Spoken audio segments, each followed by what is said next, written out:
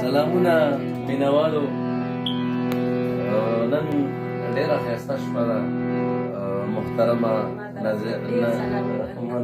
نازیه اقبال بیبي د هغې په کور کې ناست یو. جاوید جان زموږ ریکارډینګ کوي او باران جان هم ناست دی. موږ یو د اندیش بابا غزل تاسو ته زمزمه کوو. خدای دې وکړي چې تاسو